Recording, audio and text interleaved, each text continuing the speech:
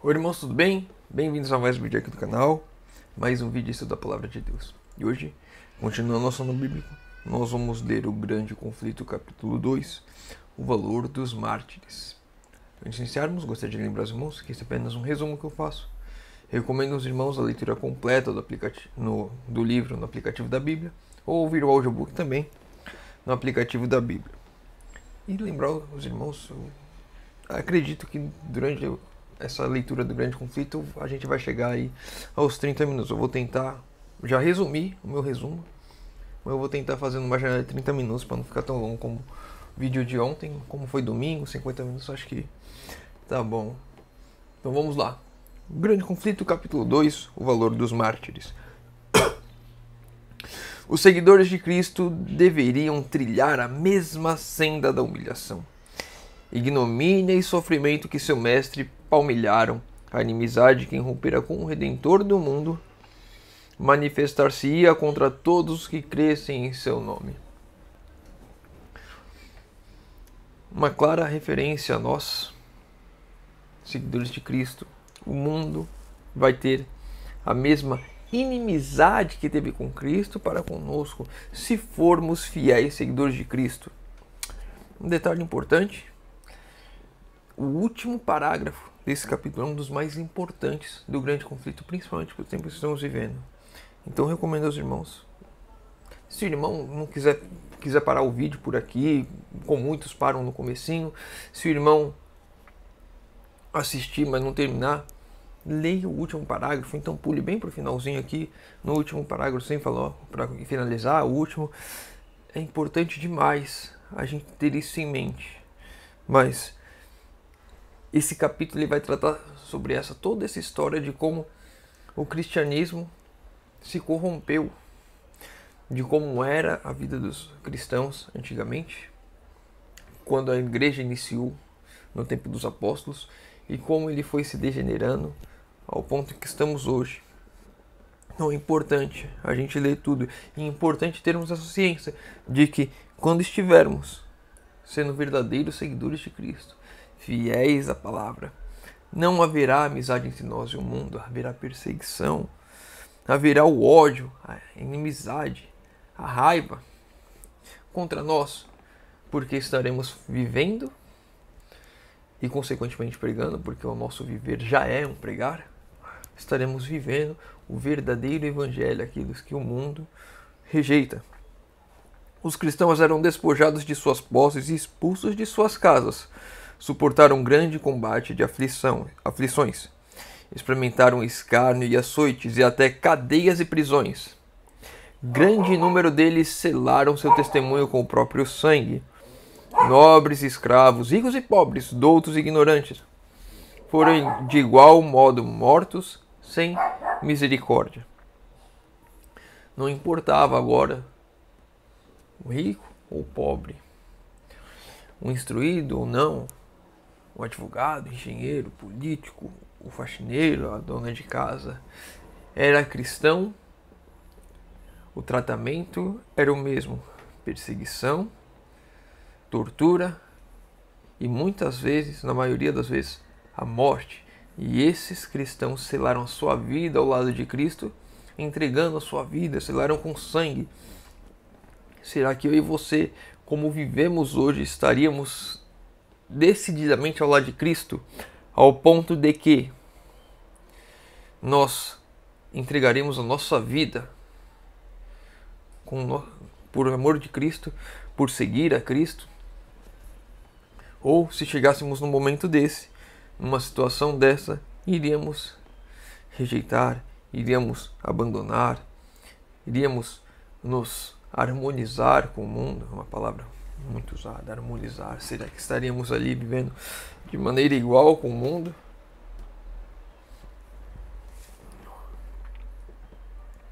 Eram condenados como rebeldes ao império, inimigos da religião e pestes da sociedade.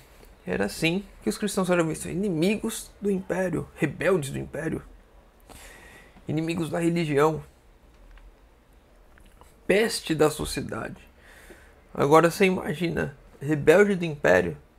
Cristo nunca falou em poder político aqui, nunca falou em instituir um império aqui. Cristo não era um revolucionário, como muitas pessoas acham que eram. E os seguidores dele, seguindo seu exemplo, também não o fizeram. Como podem esses ser rebeldes do império? Inimigos da religião, como eles seriam inimigos da religião se tudo que eles querem é fazer, de fato, a religião religar com Deus através de Cristo, que é a escada que nos conecta ao céu? Se tudo que o verdadeiro cristão quer é a religião, é a religação com Deus, como que são inimigos da religião? Pestes da sociedade, a pessoa que se preocupa com o próximo, que cuida de órfãos, viúvas, doentes. Como pode este ser a peste da sociedade? É que, na verdade, o verdadeiro evangelho incomoda a todos aqueles que não querem aceitar. E por isso eles se tornaram os inimigos. O grande número deles eram lançados às feras ou queimados vivos nos anfiteatros. Alguns eram crucificados, outros cobertos com peles de animais bravios e lançados a arenas para serem despedaçados pelos cães. De seu sofrimento, muitas vezes, se fazia a principal diversão nas festas públicas. As pessoas tinham diversão, alegria. Era o pão e circo de Roma, lançar os cristãos para serem mortos, matarem, verem. Da mesma forma, como a gente vê a cruz de Cristo, uma coisa terrível, as pessoas indo assistir pessoas morrerem. Era assistir pessoas morrerem, é esse o ponto. Não é comparando que a cruz o que uma tortura é pior que a outra. O fato de assistir pessoas morrerem já é algo desprezível. E agora eles faziam isso de várias maneiras para entreter o povo. Então vamos queimá-lo vivo aqui. E aí viam a pessoa queimando, agonizando. Enchiam a pessoa de sangue, lançavam para os cães na arena. E iam torturando de diversas maneiras diferentes.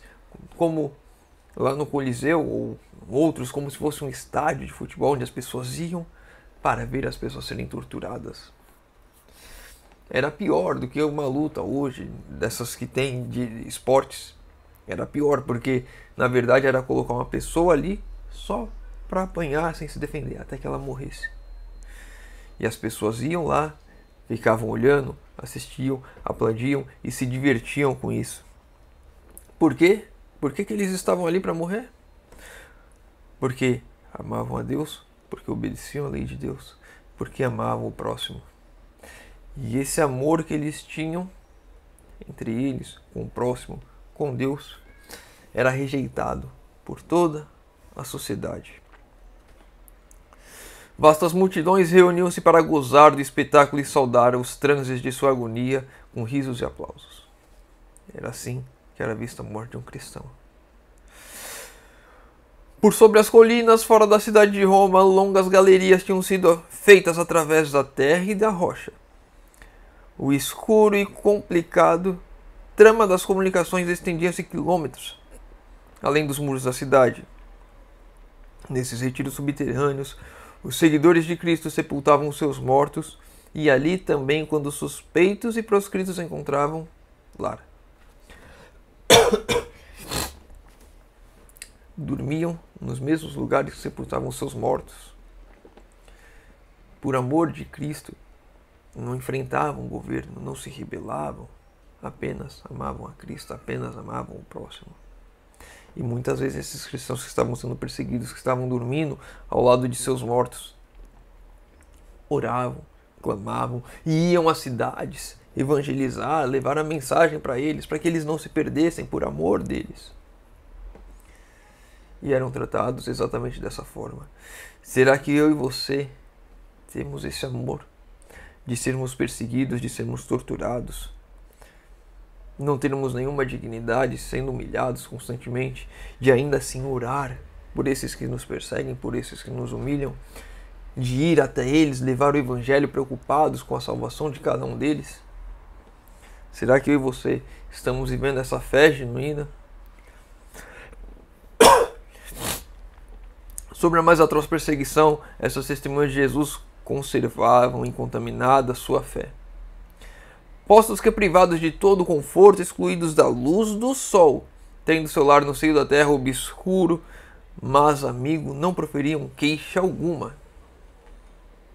Com palavras de fé, paciência e esperança, animavam-se uns aos outros a suportar as privações e a angústia. A perda de toda a bênção terrestre não os poderia forçar a renunciar sua crença em Cristo. Provações e perseguições não eram senão passos que os levavam para mais perto de seu descanso e recompensa. Temos nós nos alegrado em Cristo, independente daquilo que passemos aqui, independente das lutas que estamos enfrentando aqui, estamos sofrendo privações, perseguições, torturas, dificuldades, as tentações não vêm nos assaltar. Será que nos alegramos e nos ajudamos uns aos outros, confortando? Eles se ajudavam uns aos outros, eles estavam ali para dar suporte um ao outro. Eles não estavam olhando para si, eles sofriam aquilo. Mas a preocupação deles era com o outro. Será que o meu irmão vai suportar tudo isso? Será que ele está suportando? O irmão, fique firme, estou aqui do seu lado, nós vamos conseguir vencer. Cristo venceu, Ele já nos aguarda, Ele irá voltar. Será que eu e você estamos prontos para passar por isso? Seu exemplo em vida e seu testemunho ao morrerem eram constantes, atestados à verdade. E onde menos se esperava, os súditos de Satanás estavam deixando o seu serviço e alistando-se sobre a bandeira de Cristo. Aqui um ponto importante. O amor à verdade, o testemunho daquele que vive a verdade, vive desta forma, a ponto de dar sua vida pela verdade, sua vida por Cristo. Esse testemunho tira cativos de Satanás e traz para as fileiras do Salvador. Será que você estamos dando esse testemunho? Será que as pessoas veem em nossa vida uma pessoa entregue a Deus, disposta a fazer o serviço de Deus e a morrer por Cristo? E elas, por verem isso, se convertem? Ou será que o nosso testemunho é diferente? É só mais uma pessoa no mundo? Só mais um desses que vai à igreja? Satanás, portanto, formulou seus planos para guerrear com mais êxito contra o governo de Deus, hasteando sua bandeira na igreja cristã. Se os seguidores de Cristo pudessem ser enganados e levados a desagradar a Deus, falhariam então sua força, poder e firmeza, e eles cairiam como presa fácil. Plano de Satanás: levantar sua bandeira na igreja cristã, ou seja, ele entrar na igreja, ter alguns dos seus súditos ali, conduzindo as coisas. Não mais perseguir, mas agora harmonizar. Vamos estar em harmonia, vamos nos ajudar uns aos outros. Será que hoje há pessoas querendo harmonizar a igreja com o mundo? Será que a bandeira de Satanás tem sido erguida dentro da igreja? Será que há perseguições contra nós? Ou não, está tudo muito calmo? Porque a bandeira de Satanás tem sido erguida e as pessoas têm aceitado isso. Se os seguidores de Cristo, acho que eu já li esse texto, mas vou ler. Se os seguidores de Cristo pudessem ser enganados e levados a desagradar a Deus, falhariam então sua força, poder e firmeza. Eles cairiam como presas fáceis, com a bandeira de Satanás no meio da igreja. Agora, colocando ali pitadas de engano que nos conduzem a desagradar a Deus. Desagradando a Deus, somos presas fáceis do inimigo. Será que estamos desagradando a Deus com a nossa conduta? O grande adversário se esforçou então por obter pelo artifício aquilo que não lograra alcançar pela força.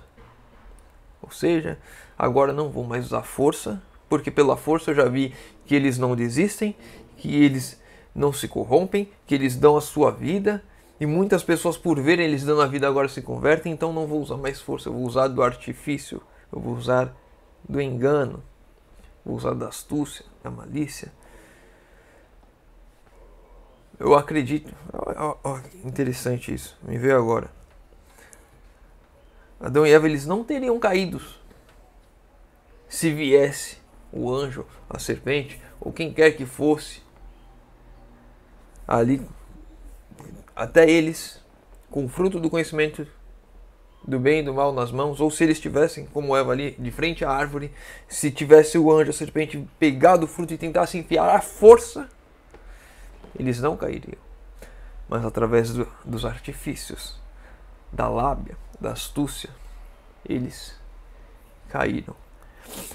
Muito cuidado com as falácias, porque os maiores enganos não vêm pela força.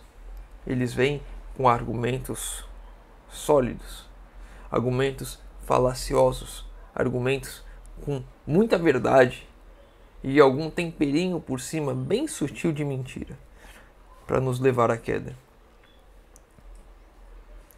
Cessou a perseguição, em seu lugar foi posta a perigosa sedução da prosperidade temporal e honra mundana. Então agora não mais perseguir, agora vamos honrar. Vamos mostrar a prosperidade. Vocês cristãos, nós cristãos, porque agora eles se envolvem no meio, vamos prosperar. Vamos ter a honra mundana porque servimos o Deus verdadeiro. E através desses artifícios, enganou e levou à destruição a muitos, e ainda leva hoje. A igreja naquele tempo encontrava-se em terrível perigo.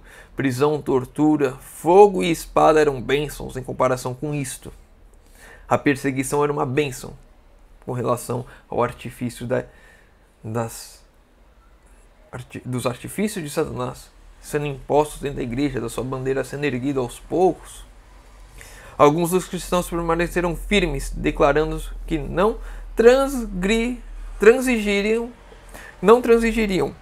Outros eram favoráveis a que cedessem ou modificassem alguns característicos de sua fé e se unissem aos que haviam aceito parte do cristianismo. Dois grupos. Um grupo fiel, firme naquilo que receberam, na mensagem que tem, na mensagem que veio de Cristo, que veio dos apóstolos, não iriam mudar nada. E outro grupo, a gente precisa nos adaptar também ao mundo. Vamos fazer algumas mudanças para que todos se sintam bem, para agradar a todo mundo. Vamos todos ser uma grande família, vamos viver em harmonia, vamos tirar esses pontos de discordância para que todos se sintam bem, em paz, para que nós não sejamos mais perseguidos, para que possamos ter paz. Jesus veio trazer paz, Ele é o príncipe da paz, então vamos colocar paz aqui.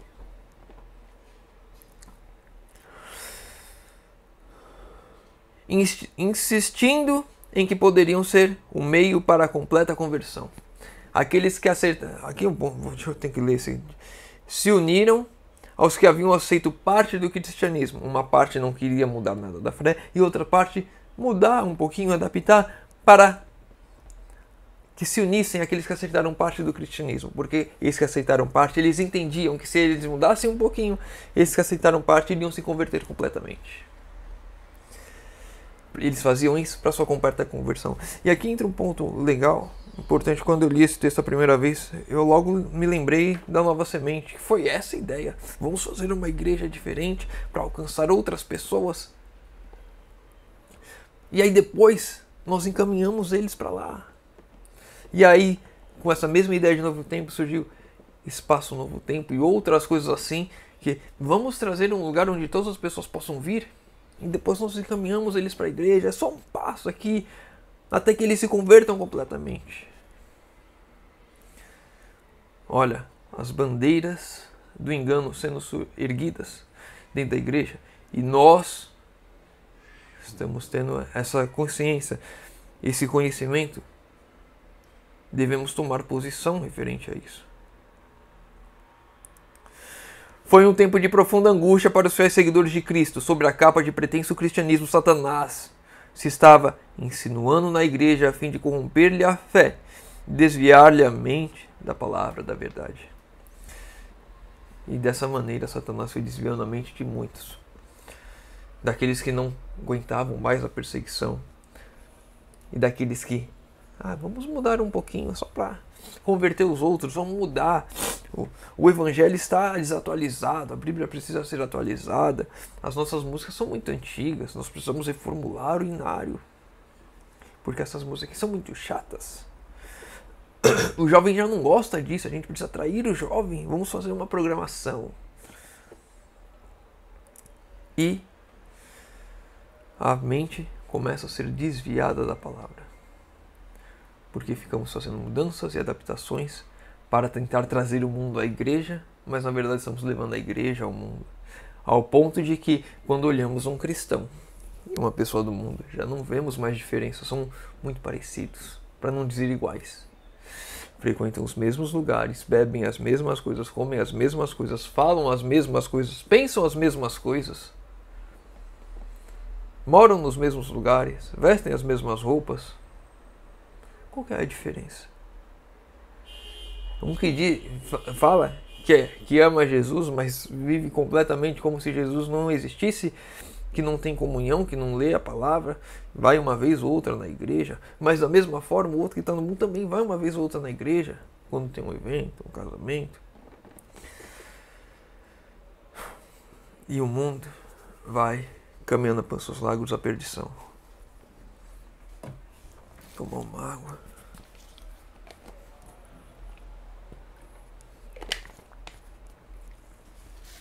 Alguns houve, entretanto, que não foram transviados por estes enganos.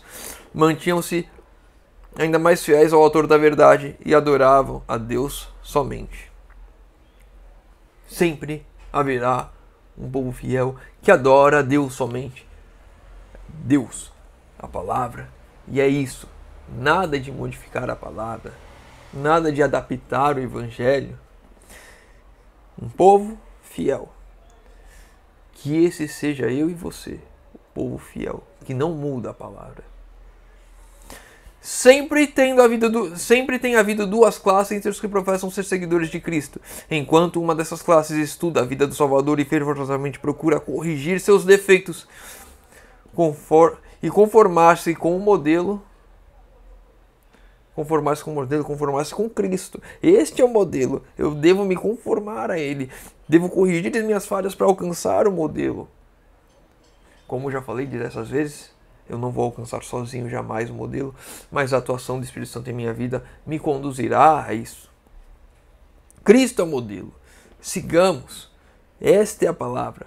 Obedecemos. A outra classe evita as claras e práticas verdades que expõem o erro. Nossa, isso daqui está mostrando um erro meu, então isso daqui eu não quero não. Nossa, outro erro aqui, não, esse daqui não precisa mais. Mesmo em sua melhor condição, a igreja não se compôs unicamente dos verdadeiros, puros e sinceros. Sempre houve na igreja, aqui está falando da igreja. Mesmo em sua melhor condição, a igreja não se compôs unicamente dos verdadeiros, puros e sinceros. Sempre houve duas classes na igreja, os puros e sinceros e aqueles que querem esconder o erro, que não aceitam o erro, que não se conformam com o modelo de Cristo, porque é muito alto. Então eles querem baixar um pouquinho a norma.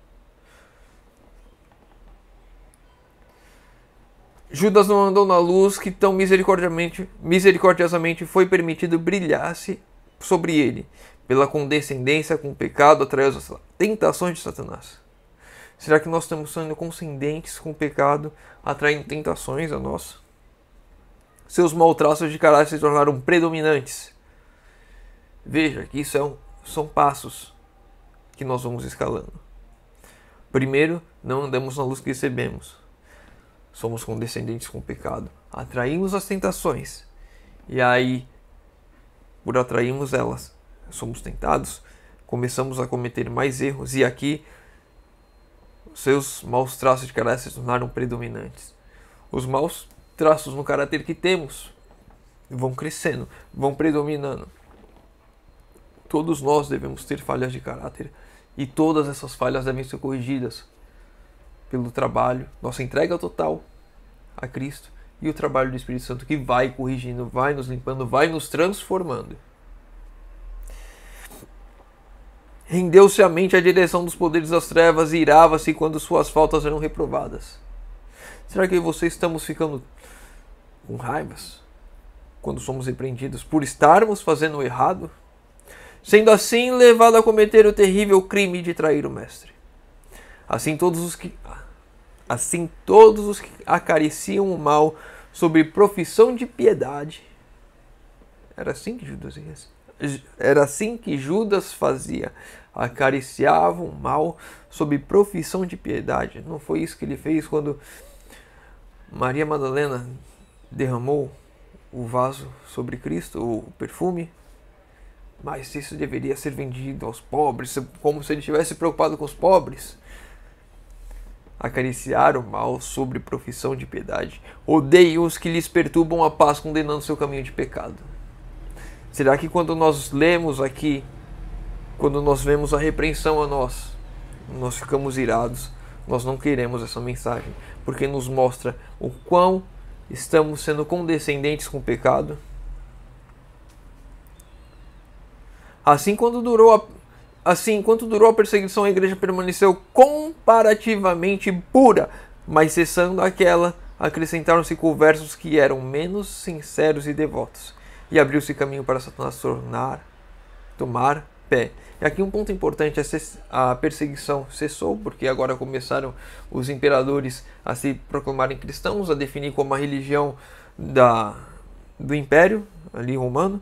Então não houve mais perseguição, agora estava mais tranquilo, então agora mais pessoas se convertiam, mas eram menos sinceros e devotos. E esses menos sinceros e devotos são justamente aqueles que vamos equilibrar as coisas com o mundo. Isso daqui precisa mudar. O mundo não aceita isso. O mundo não aceita ser reprovado pelo pecado. O mundo não quer que falemos isso. O mundo não quer que falemos que não devemos beber, que não devemos estar nessas festas com essas músicas loucas, que não tenhamos relações sexuais promíscuas e ilícitas. O mundo não quer que falemos isso. Vamos falar apenas do amor de Cristo e o amor que salva. O mundo não quer reprovação. Não vamos ficar reprovando ninguém. Quando eles conhecerem a Cristo, eles vão se converter. E com essas pessoas abriu o caminho para Satanás entrar de vez dentro da igreja. Por essas pessoas que não são tão sinceras e nem tão devotas. Quando o cristão consentir em unir-se àqueles que não senão semiconversos do paganismo, enveredaram por caminho que levariam mais e mais longe da verdade. Satanás exultou em haver conseguido enganar tão grande número de seguidores de Cristo. Quando os cristãos consentiram, eles permitiram se unir com os meio convertidos do paganismo, então muitos deles foram enganados. Levou então seu poder a agir de modos mais completos sobre eles e os inspirou a perseguir aqueles que permaneceram fiéis a Deus. E agora a perseguição vem novamente contra os cristãos, mas aqueles que são fiéis. Agora não são todos mais cristãos, porque agora, se você for ver na Idade Média, aqueles que eram perseguidos eram bruxos, eram pessoas perturbadores da paz, pessoas que, enfim, não aceitavam a igreja. Se você não aceitasse a igreja, você era contra Deus. Mas justamente eles só queriam fazer tudo aquilo que Deus mandava nas Escrituras. Deus falava, guarda o sábado. Eles queriam guardar o sábado. Deus falava, não come isso. Eles não queriam comer aquilo. Mas a igreja, com suas tradições, agora foi contra essas pessoas. Voltou a perseguição aos fiéis de Deus. Mas agora, como se eles não fossem mais cristãos. Como se eles não fossem mais os verdadeiros fiéis, como se eles fossem um bando de loucos e fanáticos. Estamos chegando a 30 minutos e tem tanta coisa para ler. Tá. Eu vou ler aqui, vou ler esses 4 últimos, 3 e depois o último que eu comentei no começo. Se a unidade só se pudesse conseguir comprometendo a verdade e a justiça, seria preferível que prevalecessem as diferenças e as consequentes lutas. Se a unidade, se estarmos unidos, só pode ser conseguido se comprometermos a verdade e a justiça, então é melhor que fiquemos em luta, é melhor que sejamos perseguidos, é melhor que as diferenças permaneçam. Jamais devemos comprometer aquilo que está escrito. Jamais devemos ir contra a palavra. Se a verdade for comprometida, é melhor que não haja união. Bom seria a igreja ao mundo se os princípios que atuavam naquelas almas inabaláveis revivessem no coração do professo povo de Deus. Bom seria se aqueles princípios fossem revividos hoje em nós. Qual princípio? Entrega completa a palavra. Seguir todos os princípios. Não nos unirmos com o mundo se isso comprometer a verdade. Não aceitarmos o engano na igreja para harmonizar com o mundo. Se esses princípios deveriam ser revividos em nossa mente. Desde o dia de Cristo até hoje, os fiéis discípulos têm suscitado ódio e oposição dos que amam e seguem o caminho do pecado. Desde os dias de Cristo até hoje. Espero que nós. Porque se você está 30 minutos assistindo, eu espero que tenhamos aqui já essa alegria de falar que nós. Espero que eu tenha essa alegria de também, os irmãos, pense exatamente da mesma forma. Nós, os fiéis de Cristo, estaríamos suscitando o ódio e oposição dos que amam o pecado. As pessoas que amam o pecado, as pessoas que querem continuar no pecado, odeiam a nós, justamente pela fidelidade, pela entrega, pelo amor a Deus. E o último texto é um pouquinho grande, mas ele precisa ser lido, e para a gente encerrar. A outra questão mais importante que deveria ocupar a atenção das igrejas de hoje. O apóstolo Paulo declara que todos os que piamente querem viver em Cristo Jesus padecerão perseguições. Porque é, pois, que a perseguição em grande parte parece adormentada? Se Paulo falou que deveríamos sofrer perseguições quando quiséssemos viver verdadeiramente com Cristo, por que então não há perseguição hoje? Por que a perseguição está dormindo? Porque mesmo quando a igreja se harmonizou, houve perseguição aos aqueles que quiseram continuar sendo fiéis. Por que hoje não há perseguição? Excluindo ali o Oriente Médio, onde os muçulmanos perseguem os cristãos, porque pode ser qualquer tipo de cristão, até o meio convertido seria perseguido lá. Por que a perseguição, como ocorreu anteriormente, não acontece conosco hoje? A única razão é que a igreja se conformou com a norma do mundo e, portanto, não suscita oposição. A igreja está conformada com a norma do mundo. Por isso não tem oposição do mundo com relação à igreja, porque a igreja já está harmonizada com o mundo.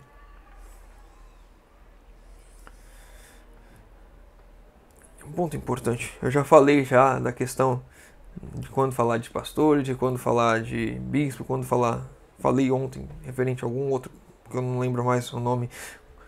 Quando falar igreja, vamos colocar eu de novo, A única razão é que eu me conformei com a norma do mundo e, portanto, não suscito oposição do mundo. Por isso que eu não sou perseguido. Porque muitas vezes a gente fala a igreja, e tira o nosso da reta. Os pastores, e tira o nosso da reta. Então vamos olhar um pouco mais para nós. Porque a salvação é individual.